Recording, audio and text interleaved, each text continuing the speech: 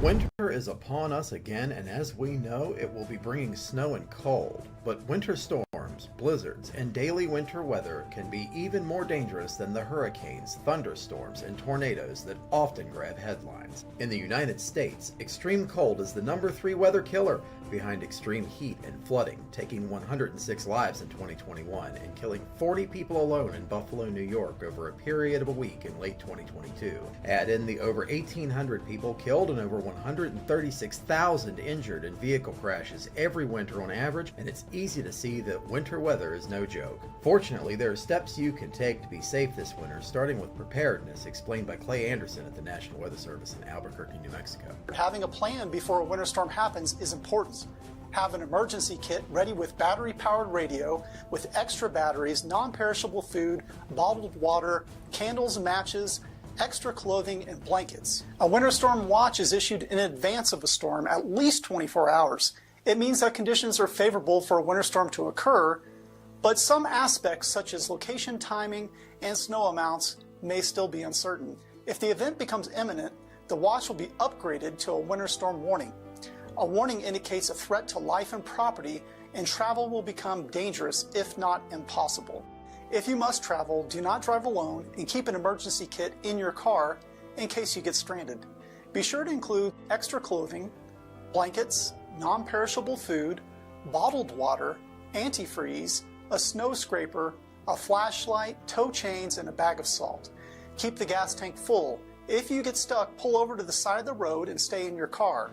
Even a short walk during a winter storm can be very dangerous, and you can quickly get lost and are at risk of increased hypothermia. Even after the storm has passed, the danger may not be over. Stay home until travel is safe, and take caution when shoveling your sidewalks and driveways, as overexertion is possible. We hope that you'll use these tips to keep yourself and your family safe this winter. For Live Storms Media, I'm Dean Barry. Welcome to the broadcast. Welcome to the show. This is your Keystone PrimeCast for Thursday, November 28th, and some points beyond there into the weekend, as we are looking at the possibility of winter weather starting to affect the northeastern region, especially Pennsylvania, into the Great Lakes region up the Lake Erie, along the Erie Lake shore. And we're going to be getting into that more here in a second. But Clay Anderson with the National Weather Service has some great tips there in that safety package to keep you and your family safe. And I hope everybody's paying attention. You can always watch this video back if you want to get those safety tips, and there are always safety tips available here on Keystone Prime. Now, at this point, we are going to bring in one of my favorite people, Keystone Prime Chief Meteorologist, Pittsburgh weather dude, Joe. How you doing there tonight? Doing great. Happy Thanksgiving Eve, I guess we'll say. Oh, you likewise. And we start this every year. We start the winter weather season right in around late November. And I remember 2022, it started at the beginning of November. It wasn't too long after Hurricane Nicole, as a matter of fact. Hurricane Nicole, the 9th through the 11th of November, I was with Weather Nation TV on the ground in Jacksonville Beach, Florida. Got on an airplane, came home that Sunday, and within 5 days, I was standing in 7.5 feet of snow in Buffalo, New York. So, these things can change very quickly, very quickly. It's, this better than anybody else. What are we going to be looking at here? Well, it's quite the setup. So the first time this year we're at the season rather, we're seeing a true injection of Arctic air. A large trough is moving in, hence the Arctic air, and energy will round that trough, which that's going to provide a nice westerly flow across the Great Lakes.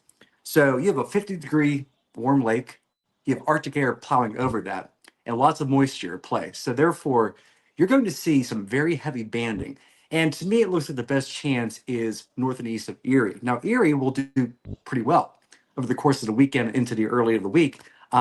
Totals will be over a foot towards 14, 15 inches. Now, head northeast from there and how far, we're talking up to 2 feet. Even like farther northeast into New York State, Watertown, for instance, areas around there will see up to 3+ feet of snow. So it's going to be impactful. And mind you, too, with these bands, within a mile or two, you could have 1 to 3 inches an hour, whiteout, thunder, snow, you name it. You venture outside of that band, you have nothing. So it's a little more difficult to nail down who will see what. But that being said, though, these bands will be heavy and they will be persistent. As long as the wind direction doesn't change too much, your band will literally sit idle over the same area for a very long time. And that's why we saw, like Buffalo, you were mentioning, having those totals. This will lighten up next week, but it's going to be quite a ride until then. Oh, thank you, Joe. And I mean, I'm looking forward to it. I love the first snow every year, the first decent snowfall. I like to get out in the field. You know that. Of course, you Yes. always have the invite to come out in the field at any time you want to. And, I think the best probs that I've seen, and from what you're saying here, that's going to be Erie and points east up the New York Thruway, I-90 up that way. And Yes. I'm really thinking about setting up there Friday, Saturday, and just kind of seeing what transpires. I'm pretty sure we're going to have plenty to look at. You know what? I'll say this on a side note. Only once in my life, it had to be about 10 years ago, I witnessed thunder snow during a snow squall that came through locally. And it's truly an amazing event. I wish I could see it again. It's so difficult here to come by. But it's just a whole different feeling witnessing such an event. It is, and the funny thing is too. I've only seen it a handful, maybe two or three times in my entire life as well. It is kind of a rarity, especially when you're talking about storm chasing goal points. It's what do you want to get, and that's on everyone's list, and you only get it every remote now and then. I do remember Christmas of 2022, that terrible event in Buffalo. They got hit twice in the span Yes. of a month or a month and a half, and that second event was actually deadly. Many people lost their lives that wasn't expecting it, and I think that was just due to severity. A friend of mine, Brandon Clement, he went up there and was basically reporting back that it was like a Category 1 hurricane, except it was frozen. So Remarkable. It really is. let's hope that we don't have that level of system that comes in. But I'm all here for it, and we're going to be out in the field providing coverage as we go throughout this event.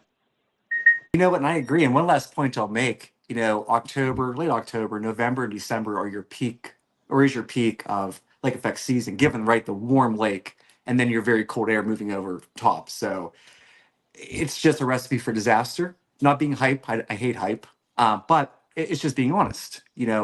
People will experience one hell of a snowstorm. So They will, and I'm sure both of us are at this point. We're just kind of going to go ahead and make the safety recommendation here. If you start to get into these bands, and a lot of people that live up there get complacent because, oh, it's just a band. I go 5 miles north or 10 miles south, and it's over. Well, you might not get the opportunity to get 5 miles north or 10 miles south in some of these bands. Your visibility is going to be zero. You're going to have very quickly accumulating snow, and I know that Christmas event in 2022, there were people who went to the store and they were wearing shorts and t-shirts and froze in their cars. So dress for the weather, dress like it's going to snow because it is. The yes. safety tips at the beginning of the video, make sure that you have everything you need in the car in case you get trapped. And, keep your car running, run that heat, but make sure every now and then, if you're going to do that, get out and clear the snow away from your tailpipe to mitigate any risk of carbon monoxide poisoning. Yes, I feel like that can be commonly forgotten, especially for anyone not used to this type of situation.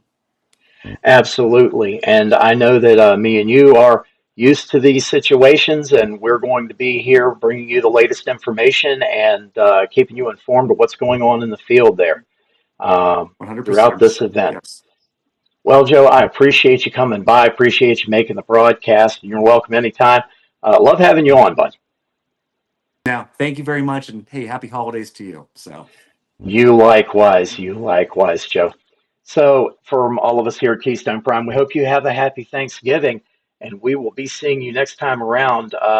Keep a lookout for the field streams, and we'll be right back as soon as things start happening. Until next time, Beating Barry. For Joe, Pittsburgh weather dude, Keystone